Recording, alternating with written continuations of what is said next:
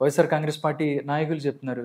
మేము దిగనేమో కావాలంటే తెలుగుదేశం పార్టీ నిజంగా పరిటాల సునీత గారు మాట్లాడుతూ నిజంగా మేము ఏదైనా చేయాలనుకుంటే కనీసం నేను దిగేవాడు ఒక కాదు విషయం అంటే అని చెప్తాను. అంటున్నారు.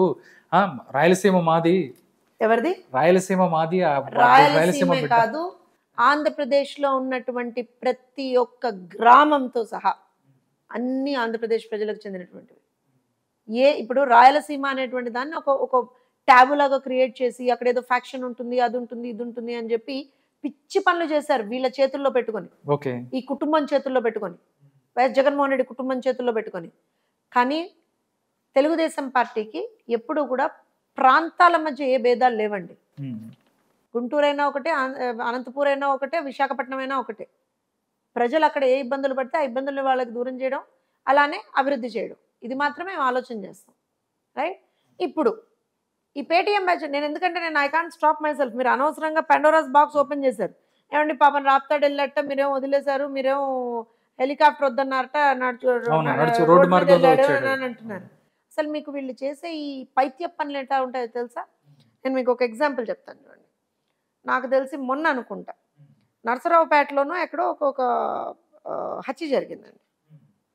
అయితే దానికి సంబంధించి లెట్ మీ షో యూ.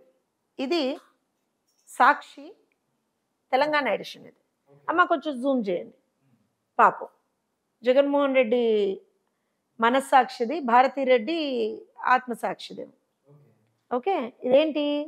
నేను ఒక్కసారి జూమ్ చేస్తున్నాను చూడండి. ఇది నాగార్జున సాగర్ అంటే తెలంగాణ ఎడిషన్. ఏం రాశారు ఇక్కడ? సాగర్లో కిడ్నాప్ అయిన వ్యక్తి హత్య. రైట్. భూ వివాదాల కారణంగా అంతమొందించిన అల్లుడు. ఏమన్నా జూమ్ చేశారా? భూ వివాదాల కారణంగా అంతమొందించిన అల్లుడు. ఎవరండి ఇతని పేరేంటి? హరిశ్చంద్ర. ఓకే, ఇతను వీళ్ళ అల్లుడి చేతిలో హత్యకు గావింపబడ్డాడు. కారణం ఏంటి? భూ వివాదాలు. ఇది నేను కాదు చేసింది, నేను రాయట్లేదండి. ఇది భారతీరెడ్డి గారు రాయించారో రాశారో మరి ఎవరేం చెప్పారో నాకు తెలీదు. దీన్నైతే వాళ్ళు చేశారు. నా ఇది తెలంగాణ ఎడిషన్. కట్ చేస్తే ఇది ఆంధ్రప్రదేశ్ ఎడిషన్. నవ్వకండి, నిజమే. ఇది కట్ చేస్తే ఇది ఆంధ్రప్రదేశ్ ఎడిషన్. ఇందులో ఏముంది?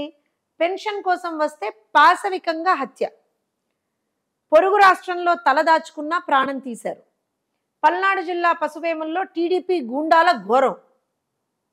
ఓరే మీ పైత్యం కాకులెత్తుకెళ్ళా. ఇక్కడ అసలు ఏముందిరా? టీడీపీ ఎక్కడుంది, వైఎస్ఆర్సీపీ ఎక్కడుంది? వాళ్ళిద్దరు కుటుంబంలో ఏదో వాళ్ళకి గొడవలు ఉన్నాయి, మామ అల్లుళ్ళ మధ్య భూతగాదాలు ఉంటే మాకేం సంబంధం అందులో? మరి పోనీ అదే వార్త తెలంగాణ ఎడిషన్లో కూడా రాయాలి కదా. తన పొలంలోనే వైఎస్ఆర్సీపీ నేత హరిశ్చంద్ర మృతదేహం అభ్యం. భారతీరెడ్డి గారికి ఇతను వైఎస్ఆర్సీపీ నేత అని తెలంగాణ ఎడిషన్లో తెలీదా? ఏమ్మా భారతీరెడ్డి, సెలెక్టివా మీరు? Selective listening, selective writing. ఇది మీకు తెలీదా అతను వైఎస్ఆర్సీపీ నేతని? మీరు తెలంగాణ ఎడిషన్లో ఒక రకంగా, ఆంధ్ర ఎడిషన్లో ఒక రకంగా ఎలా రాస్తారు? రైట్. గొంతు కేసు ముఖంపై యాసిడ్ పోసిన దుండగులు, బాధిత కుటుంబాన్ని పరామర్శించిన మాజీ ఎమ్మెల్యే పిన్నెల్లి. చెప్పానా? శవాల మీద రాబందుల్లాగా వాలిపోతారు. ఎక్కడ ఏదైనా సరే. ఇంకో బాధిత కుటుంబాన్ని పరామర్శించిన మాజీ ఎమ్మెల్యే పిన్నెల్లి. నేనేమంటానంటే ఒకటే వార్త అండి కదా, వార్త ఒకటే. మ్యానిపులేషన్ ఈ రకంగా చేస్తున్నారనంటే వీళ్ళు రాష్ట్రాన్ని అగ్నిగుండంగా, ఇదిగోండి సాక్షిది, వీళ్ళు రాష్ట్రాన్ని అగ్నిగుండంగా చేద్దామని అనుకోలేదంటారా? వీళ్ళ మోటో అది కాదంటారా? ఒకే వార్తను రెండు రకాలుగా రాయటం, మరి రెండు రకాలుగా కాదు, టూ డిఫరెంట్, కంప్లీట్ గా టూ డిఫరెంట్ వర్షన్స్ ఒకటే రోజు. నాకు తెలియదు మరి ఆ సాక్షిలో పనిచేసే వాళ్ళకి కూడా కొంచెం అన్నా మరి బుద్ధి జ్ఞానం ఉందో లేదో నాకు అర్థం కావట్లేదు. తెలంగాణ ఎడిషన్లో ఒక రకంగా, ఆంధ్ర ఎడిషన్లో ఒక రకంగా రాశారు అని అంటే ఎక్కడో అక్కడ యుల్ బి కాట్ అనేటువంటిది కూడా లేదా వాళ్ళకి? They should at least understand that, right? నేను ఇది కూడా మీకు ఎందుకు చూపించానంటే రాష్ట్రాన్ని రావణ కాష్టంలా మారుద్దామని ఏ రకంగా జగన్మోహన్ రెడ్డి అండ్ బ్యాచ్ ప్రయత్నిస్తున్నారో మనందరం కూడా గమనించాలి. ముఖ్యంగా ప్రజలు జాగరూకులై ఉండాలి. జగన్మోహన్ రెడ్డి అనేటువంటి వ్యక్తికి ఎప్పుడూ కూడా ప్రజలు సంతోషంగా ఉండడం, సుభిక్షంగా ఉండడం ఇదేది నచ్చదండి.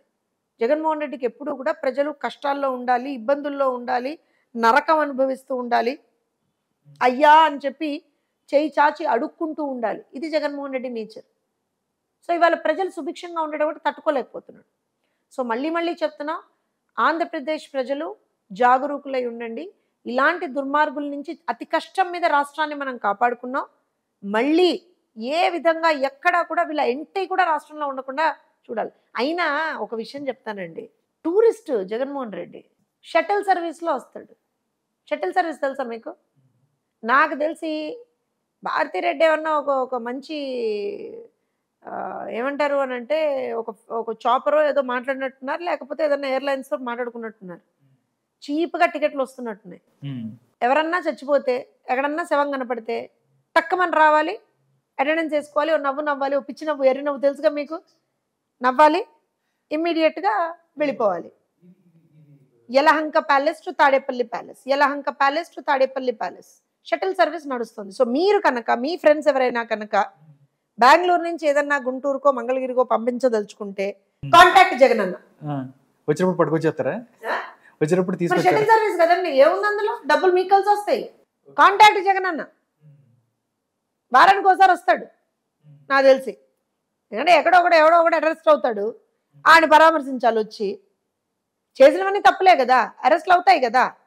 సో ఎవరో ఒకళ్ళు అరెస్ట్ అవుతారు, వాళ్ళని పరామర్శించాలి వచ్చి.